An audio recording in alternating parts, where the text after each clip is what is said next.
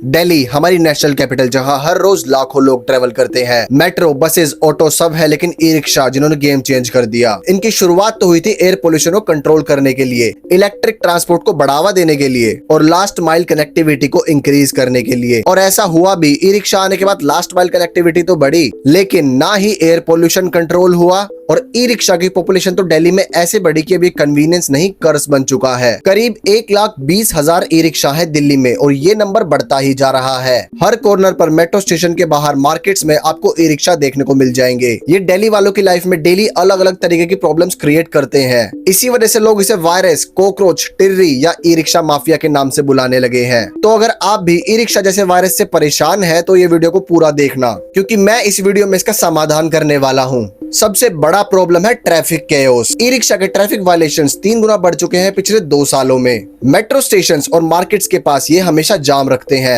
इनकी वजह से जबरदस्त कंजेशन हो जाता है। रॉन्ग साइड ड्राइव करते हैं, रेड लाइट जंप करते हैं। और आप में से अगर कोई द्वारका मोड़ से उत्तम नगर वाले रूट पर गया है तो आपने जरूर ई रिक्शा का आतंक इस रूट पर देखा होगा। किस तरह से रूथलेसली ई रिक्शा को चलाया जाता है और इनकी वजह से 99% ऑफ द टाइम ये रूट हमेशा जाम ही रहता है। दूसरा सबसे बड़ा रीजन है ये अपनी ई रिक्शा कहीं पर भी पार्क कर देते हैं। अब चाहे उसके पीछे ट्रैफिक जैम लगे या कोई इंसान परेशान हो, इन्हें उससे कोई मतलब नहीं है। ये फुटपाथ तक ऑक्यूपाई कर लेते हैं। सागरपुर रेड लाइट, यहाँ ई रिक्शास पूरा रोड ब्लॉक करके रखते हैं, leading to traffic jams and accidents. Delhi के बिजी एरियाज में ये टिकिंग टाइम बॉम्ब बन गए हैं। तीसरा रीजन है ना ही इनके लिए कोई प्रॉपर मैनेजमेंट है और ना ही कोई रूल रेगुलेशन। बहुत से ड्राइवर्स बिना लाइसेंस के चलाते हैं, अनऑथराइज्ड ड्राइवर्स ड्राइव करते हैं। मैंने तो 14-15 साल के बच्चों तक को ई रिक्शा चलाते हुए देखा है। ये पूरा ओवरलोड होकर चलते हैं। ई रिक्शा में 8 से 10 पैसेंजर्स बिठा लेते हैं एक बार में। इन्हें सेफ्टी से कोई मतलब नहीं है। इस वजह से कई बार एक्सीडेंट्स भी देखे गए हैं।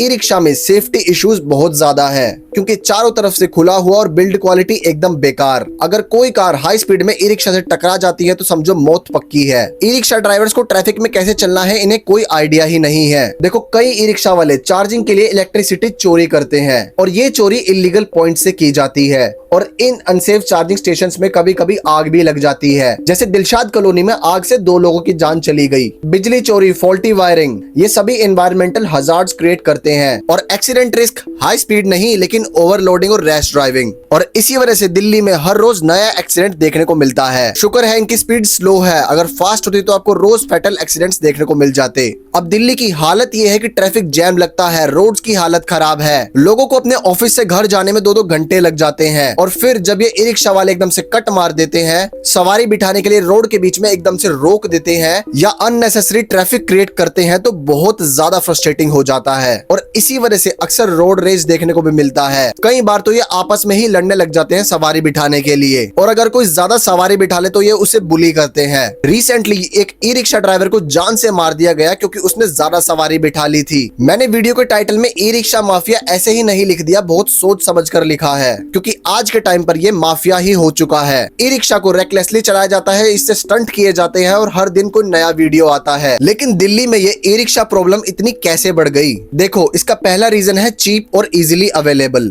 ई रिक्शा बहुत सस्ते में मिलते हैं, इन्हें खरीदना बहुत आसान है, ना हैवी परमिट्स चाहिए और सिर्फ आरटीओ रजिस्ट्रेशन से ही पैसेंजर ले जा सकते हैं। दिल्ली गवर्नमेंट ने ई रिक्शा को एनकरेज तो किया, लेकिन साथ ही साथ कोई स्ट्रिक्ट पॉलिसी नहीं बनाई। इसी वजह से ओवर पॉपुलेशन हो गया। मैं आपको ये क्लियर कर दूं, अभी दिल्ली में बीजेपी गवर्नमेंट है और मैं बीजेपी गवर्नमेंट की बात नहीं कर रहा। मैं बात कर रहा हूँ आम आदमी पार्टी की, जो 10 साल से दिल्ली को रूल कर रही थी। और आम आदमी पार्टी ने इस प्रॉब्लम के खिलाफ एक भी स्ट्रिक्ट एक्शन नहीं लिया और ना ही कोई नई पॉलिसी लाई। क्यों? क्योंकि वोट बैंक की पॉलिटिक्स। और यही इस प्रॉब्लम का सबसे बड़ा रीजन है, क्योंकि दिल्ली की एक बड़ी पॉपुलेशन ई रिक्शा चलाती है और इन्हें नाराज करना इसका मतलब वोट कटवाना। अब मैं ज्यादा पॉलिटिक्स में नहीं जाऊंगा, वापस मुद्दे पर आता हूँ। इस प्रॉब्लम का अगला रीजन है पुअर पब्लिक ट्रांसपोर्ट। दिल्ली में लास्ट माइल कनेक्टिविटी बहुत ज्यादा वीक है, यानी मेट्रो से घर तक पहुंचना बहुत ज्यादा मुश्किल है। तो ऑब्वियसली लोग ई रिक्शा पर डिपेंड करते हैं और लोग करेंगे भी क्या? ई रिक्शा के अलावा कोई ऑप्शन भी नहीं है।